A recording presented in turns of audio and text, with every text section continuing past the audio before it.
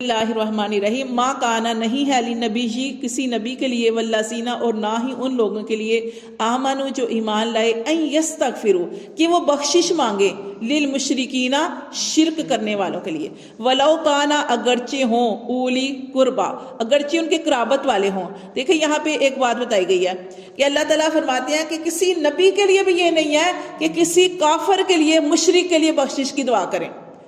مثال سب سے بڑی دو مثالیں دی جاتی ہیں، آپ نے اکثر سنی ہوگی کہ نبی پاک صلی اللہ علیہ وسلم کے چچا اس دنیا انہوں نے نبی پاک صلی اللہ علیہ وسلم کا بہت ساتھ دیا لیکن کلمہ نہیں پڑھا. آخری ٹائم تھا، اس دنیا سے جا رہے تھے، نبی پاک صلی اللہ علیہ وسلم نے اپنے چچا سے کہا کہ میرے کان میں کلمہ پڑھ دیں. انہوں نے کہا کہ نہیں، میں کلمہ نہیں پڑھوں گا، کیونکہ اس وقت ان کے ساتھ کون کون بیٹھے ہوئے تھے؟ بڑے بڑے سردار بیٹھے ہوئے تھے، بڑے بڑے سردار بیٹھے ہوئے تھے، اور وہ کہنے لگے کہ اس ٹائم میں اس لیے کلمہ نہیں پڑھوں گا کہ یہ سوچیں گے کہ پتہ نہیں اس دنیا سے جا رہا ہے تو اس خوف سے اس نے کلمہ پڑھ لیا. بس یہ اصل مقصد کیا ہے کہ انہوں نے کلمہ نہیں پڑھنا تھا. حالانکہ نبی پاک صلی اللہ علیہ وسلم نے بڑا اصرار کیا کہ آپ میرے کان میں ایک دفعہ کہہ دیں، کلمہ پڑھ دیں. لیکن وہ کہ جو ایک دفعہ نبی پاک صلی اللہ علیہ وسلم کی حدیث تھا وہ میں کہ جس نے زندگی میں صرف ایک مرتبہ لا الہ الا اللہ پڑھا، محمد رسول اللہ پڑھا، وہ ضرور جہنم سے نکال کر جنت میں داخل کر دیا جائے گا. لیکن انہوں نے کلمہ نہیں پڑھا اور اس دنیا سے ایسے ہی چلے گئے. اب نبی پاک صلی اللہ علیہ وسلم اپنے چچا کے لیے دعا نہیں کر سکتے، اگر کریں گے بھی تو ان کی دعا قبول نہیں ہوگی کیونکہ وہ مشرک تھے.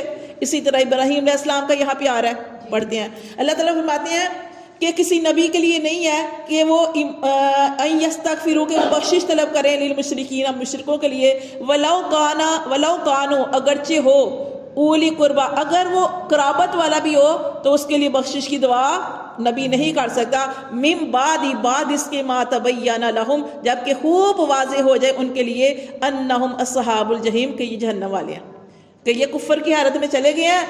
اللہ فرماتے ہیں اب ان کے نبیوں کے اوپر واضح ہو گیا تو وہ ان کے لیے بخشش کی دعا نہیں کر سکتے. اللہ تعالیٰ نے آگے مثال دی کس کی؟ ابراہیم علیہ السلام کی. اللہ فرماتے ہیں وما کان استغفار اور نہیں تھا ابراہیم علیہ السلام کے لیے، وما کان اور نہیں تھا استغفار کرنا، بخشش کی دعا کرنا ابراہیم علیہ السلام کا لابیہ اپنے والد کے لیے، الا مگر موعدۃ لیکن انہوں نے اپنے والد سے وعدہ کیا تھا.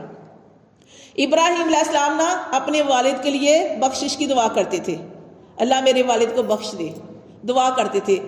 اللہ تعالیٰ کیونکہ انہوں نے اپنے والد سے وعدہ کیا تھا، جب وہ ان کے والد نے ان کو نکال دیا نا اس بستی سے، انہوں نے کہا کہ یہاں سے چلے جاؤ، تو ابراہیم علیہ السلام اس بستی سے چلے گئے. لیکن انہوں نے اپنے جاتے ہوئے اپنے والد سے کہا کہ میں آپ کے لیے ضرور بخشش کی دعا کروں گا.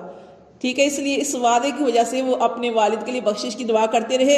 اللہ فرماتے ہیں وعدہ کیا تھا وعدہ ایاہ خاص وعدہ کیا تھا اپنے باپ سے، فلما لیکن جب تبینہ جب ابراہیم علیہ السلام کے لیے واضح ہو گیا اللہ اس کے لیے انہو کہ بے شک وہ عدو کہ وہ میرا باپ دشمن ہے للہ اللہ کا، تبرأ منہ پھر ابراہیم علیہ السلام نے اپنے والد سے بیزاری اظہار کیا، بیزاری کا.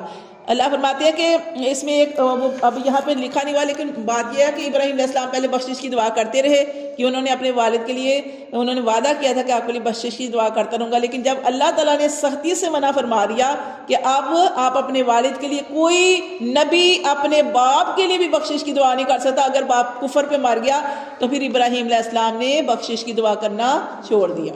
اللہ فرماتے ہیں انا ابراہیم بے شک ابراہیم علیہ السلام لَأَوَّاهٌ بڑے رونے والے، آہوزاری کرنے والے، حلیم اور بڑے بردبار تھے.